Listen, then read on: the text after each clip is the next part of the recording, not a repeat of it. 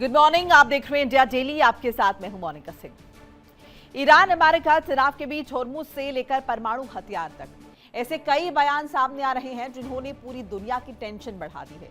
एक तरफ अमेरिकी राष्ट्रपति डोनाल्ड ट्रंप ने होर्मुज स्ट्रेट को लेकर बड़ा स्टेटमेंट दिया। होर्मुज को अमेरिकी क्षेत्र बनाने के आइडिया पर ट्रंप ने कहा कि उन्हें यह आइडिया पसंद आया और स्ट्रेट पर अमेरिका का पूरा कंट्रोल है। वहीं दूसरी तरफ ईरानी विदेश मंत्री अब्बास अरागची ने कहा है कि होर्मुज से गुजरने वाले एक ट्रांजिट रूट को लेकर ओमान के साथ समझौता हुआ है। नए नेविगेशन लेन की मैपिंग पर बातचीत जारी है, लेकिन स्ट्रेट दोबारा खुलेगा नहीं। अमेरिका की ओर से कुछ शर्तें पूरी किए जाने पर डिपेंड करेगा। और इसी बीच सबसे ज्यादा चिंता बढ़ाने वाला दावा सामने आया है। ईरान के खिलाफ परमाणु हथियारों के इस्तेमाल पर अमेरिकी रणनीतिक बैठकों में चर्चा का दावा। अमेरिकी कांग्रेस की पूर्व सदस्य मार्जोरी टेलर ग्रीन ने यह दावा किया है, लेकिन यहां सबसे अहम बात यह है कि इस दावे के समर्थन में अभी कोई सार्वजनिक सबूत सामने नहीं आया है और अमेरिकी सरकार की ओर से भी इसकी पुष्टि नहीं है। तो सवाल अब कई हैं, क्या होर्मुज पर ट्रंप का बयान ईरान पर दबाव बढ़ाने की रणनीति है? क्या होर्मुज को लेकर ईरान और अमेरिका के बीच टकराव और ज्यादा बढ़ने वाला है? क्या परमाणु हथियारों के इस्तेमाल पर सचमुच अमेरिकी रणनीति में चर्चा हो रही है, या फिर बिना सबूत के दावे और आक्रामक बयानों से पहले से तनावपूर्ण माहौल और ज्यादा खतरनाक बनाने की कोशिश की जा रही है? तो क्या ईरान पर परमाणु हमला करने वाले हैं डोनाल्ड ट्रंप? ये बड़ा सवाल उठ रहा है। मार्जोरी टेलर ग्रीन के दावे से हड़कंप मच गया है। अमेरिकी रणनीति बैठकों में परमाणु हथियारों पर चर्चा, ग्रीन का दावा, ईरान पर न्यूक्लियर विकल्प पर बात। अब देखिए 60 दिन की मियाद पूरी हो चुकी है और ऐसे में अगली रणनीति क्या होगी अमेरिका की, इसे लेकर कयासों का बाजार गर्म है। इन सब के बीच ग्रीन का यह दावा कि परमाणु हमला अमेरिका कर सकता है ईरान पर, इसी पर ज्यादा बातचीत के लिए खास मेहमान हमारे साथ जुड़ रहे हैं। मैं तारुफ करा देती हूँ। डॉक्टर अजिताभ सिंह, विदेश मामलों के जानकार, group captain UK Devnath, retired रक्षा विशेषज्ञ। आप दोनों का बहुत बहुत स्वागत है। देवनाथ जी, पहले आपके पास आ जाते हैं। ये जो दावा मार्जोरी टेलर ग्रीन की तरफ से किया गया, इसे किस तरीके से देख रहे हैं? क्या परमाणु हथियारों पर भी वैकल्पिक तौर पर चर्चा हुई होगी? क्या वाकई में अमेरिका इस ऑप्शन को इस्तेमाल कर सकता है, तलाश सकता है, इस पर विचार कर सकता है? जी हाँ, इस युद्ध के शुरुआती दौर से ही दुनिया भर के मिलिट्री स्ट्रेटेजिस्ट यह सोच रहे हैं कि क्या अमेरिका इस युद्ध में ईरान के खिलाफ परमाणु हथियार का इस्तेमाल करेगा। देखिए, कहने को तो ना सिर्फ अमेरिका वरन इंटेलिजेंस सूत्र ये भी बताते हैं कि इजराइल के पास भी परमाणु हथियार है। तो बहरहाल चाहे अमेरिका चाहे इजराइल परमाणु हथियार का इस्तेमाल क्या कर सकते हैं ईरान के खिलाफ। सबसे बड़ा मुद्दा है कि इस युद्ध में अमेरिका क्या चाहता है।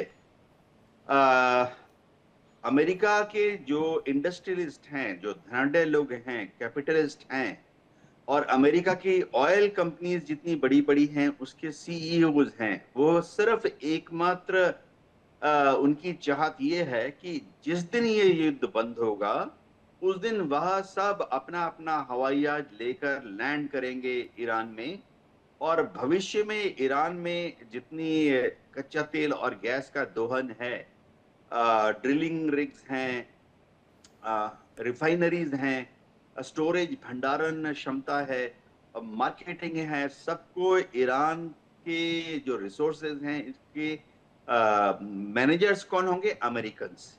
इंजीनियर्स कौन होंगे? अमेरिकन्स। फाइनेंशियल एडवाइजर्स कौन होंगे? अमेरिकन्स।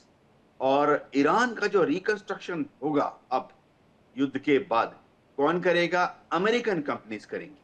300 बिलियन डॉलर तो एमओयू में अंडरस्टैंडिंग दी गई है। तो अगर अमेरिका ईरान के ऊपर एटमी हथियार का इस्तेमाल करता है तो फिर ईरान की जमीन, ईरान का पानी, ईरान का आसमान, वहां के पेड़ पौधे, जंतु सब एटॉमिक विकिरण से और एटॉमिक डस्ट से त्रस्त हो जाएंगे। और तो देवनाथ जी, अगर सिर्फ वहाँ ईरान के ही क्यों, जो कंटामिनेशन से हो सटे जाता हुए है, बाकी इलाके हैं, बाकी देश हैं, क्या वो इसकी जद में नहीं आएंगे? एकदम मोनिका जी, आपने सही सवाल पूछा है, क्योंकि जब एक एटम बम का इस्तेमाल किया जाता है तो जो प्रिवेलिंग विंड डायरेक्शन है उसके हिसाब से जो एटॉमिक धुआं है, एटॉमिक डस्ट है, जो कि एक बादल जैसा होता है, वो हवा के साथ उड़ते हुए अमेरिका के जितने मित्र देश हैं आसपास, Saudi Arabia, Oman, UAE, Kuwait तक पहुंच जाएंगे। आजकल वेस्टर्लीज चल रही हैं, तो वेस्टर्लीज के साथ तो वो तो ईरान से उड़कर पाकिस्तान में भी पहुंच जाएंगे। तो जो मित्र देश हैं वो भी हैरान, परेशान और इसका पुरजोर विरोध करेगी। तो अमेरिका के जो इंडस्ट्रियलिस्ट हैं, आर्किटेक्ट्स हैं, टाउन प्लानर्स हैं, वो कैसे पहुंचेंगे ईरान में ये काम करने के लिए? नहीं जा पाएंगे। हाँ।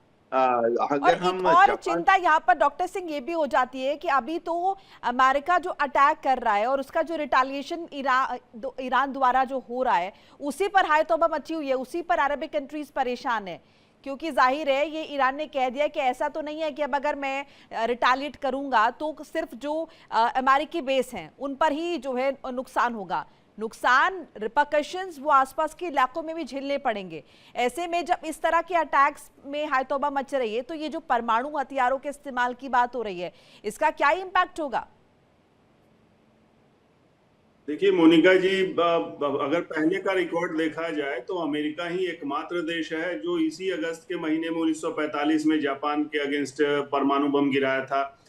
और अभी जो उसके राष्ट्रपति हैं थोड़े से सनकी हैं, थोड़े से मूडियल हैं, इंस्टिंक्ट पे ज्यादा काम करते हैं। तो इस तरह की वो बयानबाजी करते रहते हैं कि मोनो ईरान को नहीं छोड़ेंगे, सभ्यता समाप्त कर देंगे।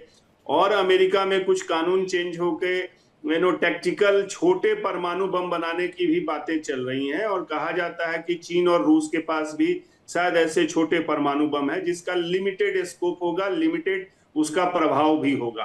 तो इस तरह की चर्चा चल रही है। लेकिन जैसा अभी देवनाथ सर ने भी बिल्कुल सही कहा कि ये इतना आसान नहीं होगा, क्योंकि एक तो उसके जितने भी खाड़ी के देश हैं उस पर इम्पैक्ट आएगा, वो अमेरिका के सहयोगी हैं, नंबर 1। नंबर 2, अमेरिका के बेसेस का 15-20 बेसेस इस पूरे गल्फ के खाड़ी देशों में, कह लीजिए मिडिल ईस्ट में है, तो वो भी इससे अछूता नहीं रहेगा। फिर तो अमेरिका को यहाँ से निकलना होगा, और वो भी सॉल्यूशन नहीं है, क्योंकि उससे अमेरिका की जो अल्टीमेट राष्ट्रपति ट्रंप की चाहत है उसके गैस और तेल के ठिकानों पे कब्जा करना, वो तो परमाणु बम के बाद भूलना पड़ेगा उनको। मुझे लगता है ये व्यवहारिक भी नहीं है और इस लेवल तक शायद वो ना जाएं। उसके पहले उनके पास और भी कई विकल्प हैं। अभी तो ग्राउंड फोर्सेज उन्होंने भेजा ही नहीं है भाई। हॉर्मुज को वो कब्जा करने के लिए ग्राउंड फोर्सेज भेज सकते हैं, अपने नेवल पावर को इन कर सकते हैं हॉर्मुज के अंदर, और फायर पावर, नेवल पावर दोनों को यूज करके वो हॉर्मुज पे कोशिश करते हैं कब्जा करने की। तो इस तरह के कई विकल्प उनके पास हैं, लेकिन कोई भी विकल्प पूरी तरह से सक्षम, कारगर नहीं है ईरान को झुकाने में। तो मुझे नहीं लगता कि ऐसी चीजों पे राष्ट्रपति ट्रंप जाएंगे। पिछले लगभग 6 महीने देखिए होने चले, अभी तक तो ऐसी नौबत उन्होंने आई नहीं है, और वो हो भी नहीं, मुझे लगता है प्रैक्टिकली फिजिबल नहीं है, तभी तो राष्ट्रपति ट्रंप उस हद तक नहीं जा पाए हैं। ग्राउंड फोर्सेस कहा जाता है कि अमेरिका के पास इतनी ताकत है, इतनी क्षमता है उसके पास, इतने उसके प्रोफेशनल सैनिक हैं, उसके पास हथियार हैं, तो ग्राउंड फोर्सेस भी उससे पहले भेज के देख सकते हैं। लेकिन बॉडी बैग्स अमेरिका को एक्सेप्ट नहीं होगा। तो मुझे लगता है ये इतना आसान, परमाणु जो लास्ट विकल्प है उसको भी यूज करना अमेरिका के लिए इतना आसान नहीं होगा, गिवन द सर्कमस्टांसेस और जो चुनौतियां। डॉक्टर सिंह, ये जो आपने बाकी विकल्पों का जिक्र किया, इस पर भी डिटेल में आपसे समझूंगी कि आखिर अमेरिका इन विकल्पों पर विचार क्यों नहीं कर रहा। लेकिन इस बीच ईरान पर एक और दावा डोनाल्ड ट्रंप का जरा दर्शकों को बता दें। हॉर्मुज को यूएस टेरिटरी बनाने का आइडिया पसंद आया, ये ट्रंप ने कहा है। हॉर्मुज पर डोनाल्ड ट्रंप का बड़ा बयान। ट्रंप बोले स्ट्रेट पर हमारा पूरा कंट्रोल है, हॉर्मुज पर हमारा पूरा नियंत्रण है, ये डोनाल्ड ट्रंप द्वारा कहा गया है। अब ये स्टेटमेंट जरा इस पर गौर फरमाइए। यूएस टेरिटरी बनाने का आइडिया पसंद आया हॉर्मुज को, एक बार सुन भी लेते हैं क्या कहा गया है। Well, I just think it's a great idea. Yeah, I mean, we control it. We control it with the blockade. We have a blockade. We control it with the blockade, and I like the idea of declaring it a territory. हमारे साथ मनोज जी भी जुड़ गए हैं। Manoj ji, Hormuz को लेकर Donald Trump कह रहे हैं यूएस टेरिटरी बनाने का आइडिया बहुत पसंद आया, और स्टेटमेंट से तो ऐसा लग रहा है जैसे कि हॉर्मुज स्ट्रेट अमेरिका में ही है या फिर बिल्कुल बगल में है, और उस पर किसी भी तरह का तनाव नहीं है। बहरहाल इस स्टेटमेंट को कैसे देखें? क्या इतनी ज्यादा बौखलाहट आ गई है डोनाल्ड ट्रंप में कि कुछ भी चूंकि उनसे संभल नहीं पा रहा तो अब इस तरह की अजीब अजीब बातें वो फिर से करने लगे हैं? कंट्रोल की अगर बात करें तो इस संदर्भ में कहा जा सकता है कि वहाँ पे जो आवाजाही था वो एटलीस्ट बंद हो गया है। इस रूप में हम कह सकते हैं कि वो सक्सेस हुआ है। अदरवाइज उनका प्रायोरिटी ये था कि जो है वो स्टेट ऑफ हॉर्मुज को खुला रखे और नॉर्मल जो है ट्रांसपोर्टेशन हो, ताकि जो है वर्ल्ड इकोनॉमी में जो ऑयल का एक संकट बना हुआ है वो जो एक संभव जो है कंट्रोल हो सके। लेकिन ऐसा लग रहा है कि इस मामले में वो जो है फेल रहे हैं, और जिस तरह से 60 डेज़ का ये टर्म खत्म हुआ, इसमें ऐसा लग रहा है कि अमेरिका का ही रिस्पॉन्सिबिलिटी था। उनका अगर शायद वो पॉजिटिव वे में अगर कुछ काम करते, आगे बढ़ते, स्टॉक को आगे बढ़ाते, तो एक पॉजिटिव डायरेक्शन में जो है ये एक समझौता हो सकता था। लेकिन जिस तरह से उनका एक वन साइडेड अप्रोच रहा और धमका करके जो है वो कोशिश किया कि हम ईरान को इस तरह से धमकाएंगे और फोर्सफुली जो है स्टेट ऑफ हॉर्मुज में जो किसी न किसी रूप में ईरान का एक वर्चस्व है उसको ख़त्म करेंगे। तो इस मामले में जो है अमेरिका ऑलरेडी लगभग फेल ही हो चुका है, और अभी वो उनके पास कुछ बताने के लिए इस मामले में नहीं है कि, और एक फ्रेमवर्क भी वो नहीं बता पाएंगे कि आने वाले समय में स्टेट ऑफ हॉर्मुज का कंडीशन क्या हुआ, कि जिस तरह से ईरान ने उस एरिया को अपने कब्जे में ले चुका है, और ओमान के साथ भी दोनों देशों के बीच में वार्ता हुई है, और समहाउ जो है ईरान के साथ ओमान भी एग्रीड हो गया है कि किस तरह से जो है वो आगे बढ़ेगा। लेकिन जब तक अमेरिका का जो हठधर्मी है उस एरिया में स्टेट ऑफ हॉर्मुज को लेकर के,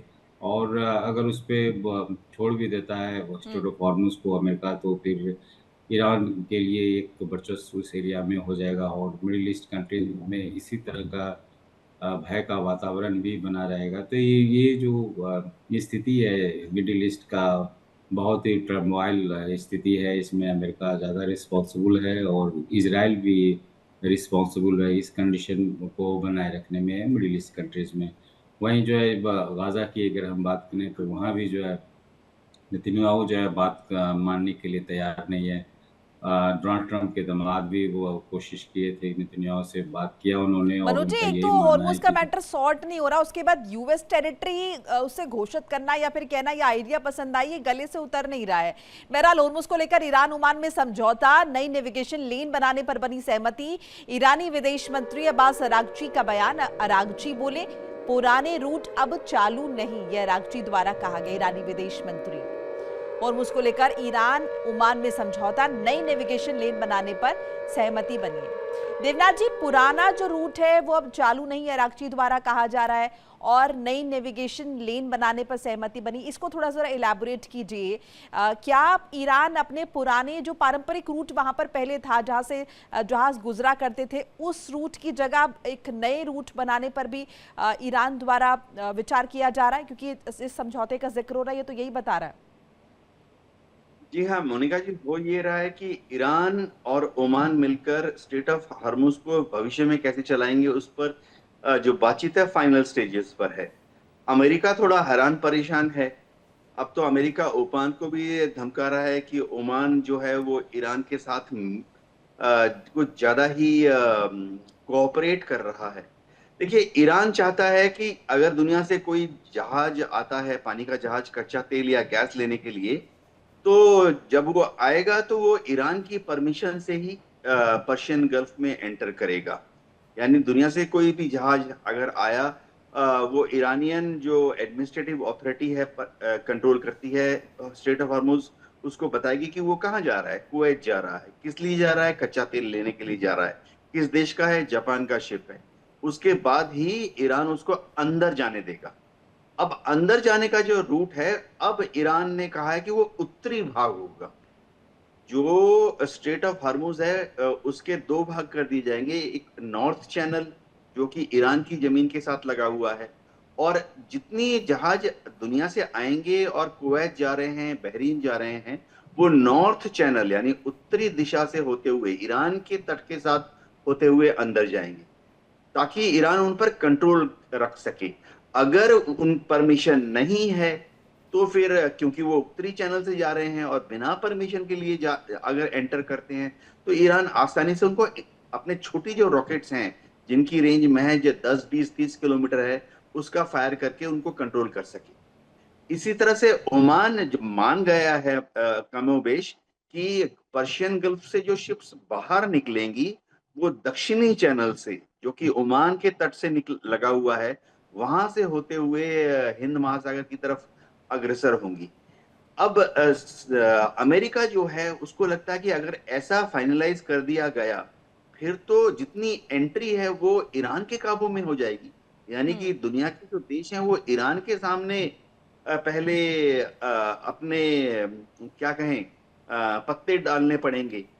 देखिए इंडिया डेली 24/7 अब आपके स्मार्ट टीवी पर। इंडिया डेली मौजूद है सभी डिजिटल प्लेटफॉर्म पर लाइव और लगातार। इंडिया डेली 24/7 हर दिन राष्ट्र को समर्पित।